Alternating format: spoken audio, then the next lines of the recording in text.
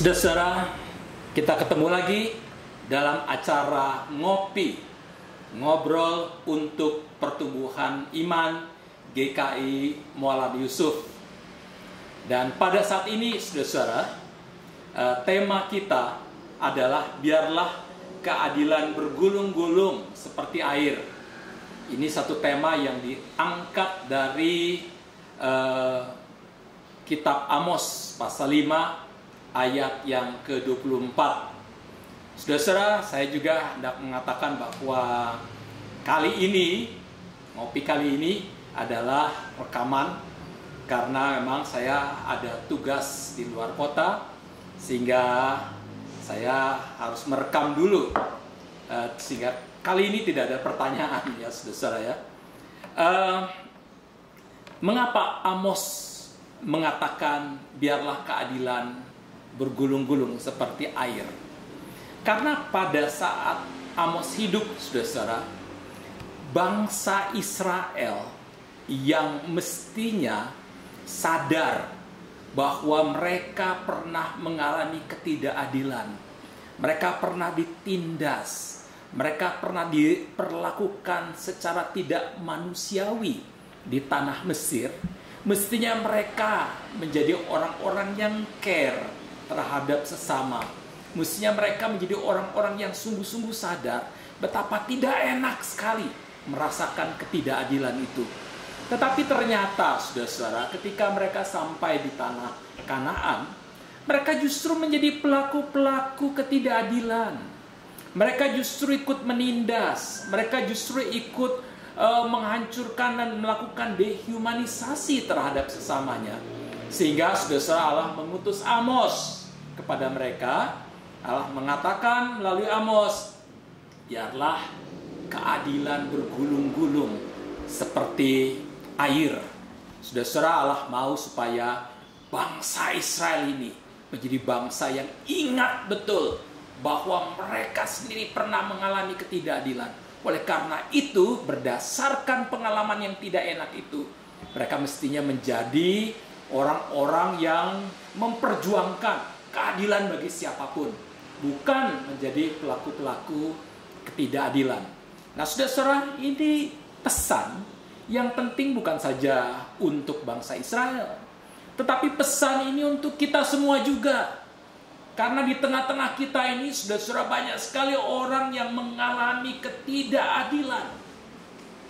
Di keluarga misalnya, ada banyak saudara-saudara istri yang mengalami ketidakadilan dari suaminya atau suami dari istrinya.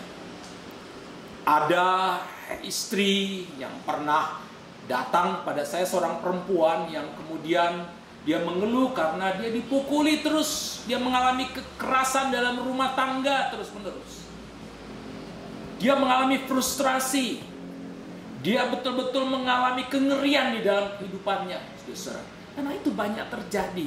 Saya harap Anda tidak bagian dari itu ya, saudara-saudara. Tapi ini banyak terjadi di tengah-tengah masyarakat ya, kekerasan terhadap istri sendiri, bahkan terhadap anak sendiri.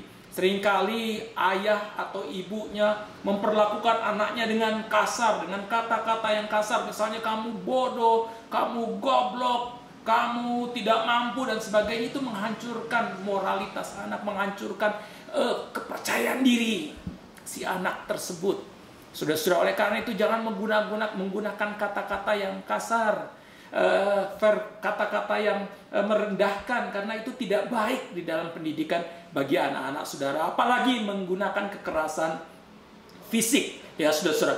Jangan pernah lakukan kekerasan fisik. Ada banyak anak perempuan juga saudara-saudara yang mengeluh kepada saya. Kenapa? Karena dia merasa bahwa sebagai anak perempuan dia tidak terlalu diperhatikan oleh orang tuanya. Kalau anak laki-lakinya yang membutuhkan atau meminta sesuatu, sepatu atau meminta sepeda atau meminta apapun, selalu dikasih. Ketika anak perempuan yang meminta, nggak pernah diberikan apapun. Artinya apa? Terjadi diskriminasi gender di dalam kehidupan keluarga. Oleh karena itu, saudara-saudara, saya harap Anda tidak lakukan itu, saudara-saudara ya.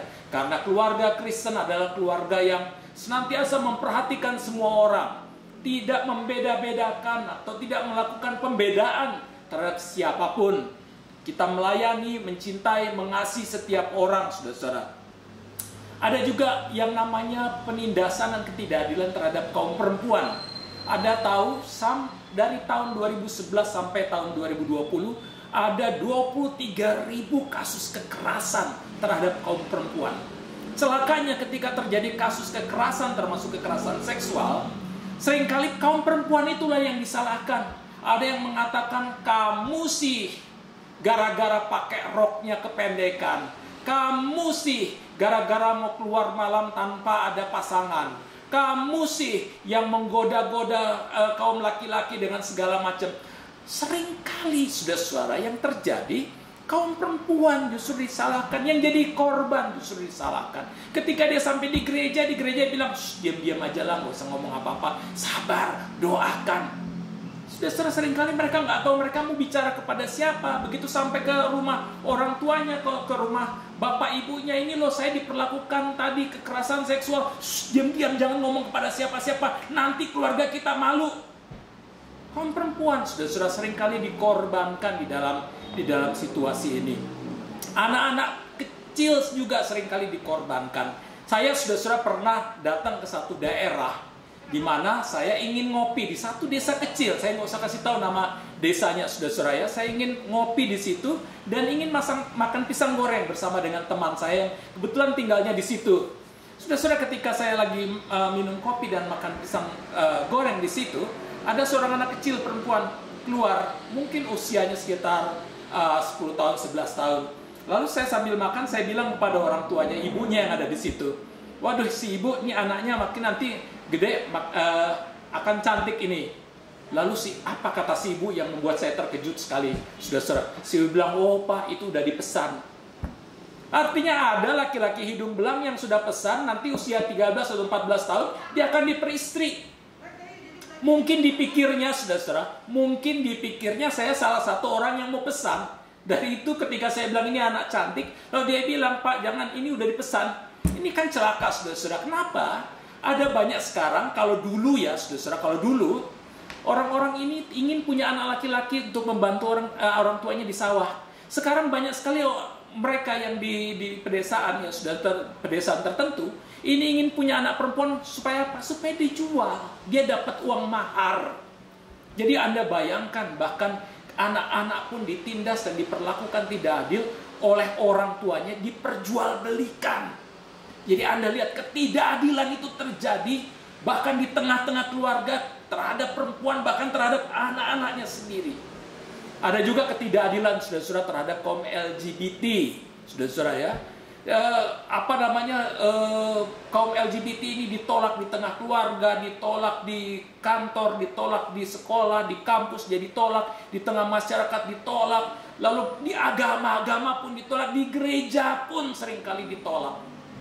Dilihat dengan pandangan menghina, dilihat dengan pandangan yang sangat merendahkan, sehingga beberapa orang LGBT yang datang ke saya mengatakan, saya rasanya ingin mati saja, saudara-saudara. Dan memang, saudara-saudara, tingkat bunuh diri di kalangan teman-teman LGBT itu 10 kali lebih besar daripada mereka yang heteroseksual. Kenapa? Karena mereka merasa dilupakan.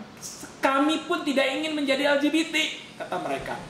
Tapi ketika kami lahir, kami udah begini, kami mau bikin apa lagi?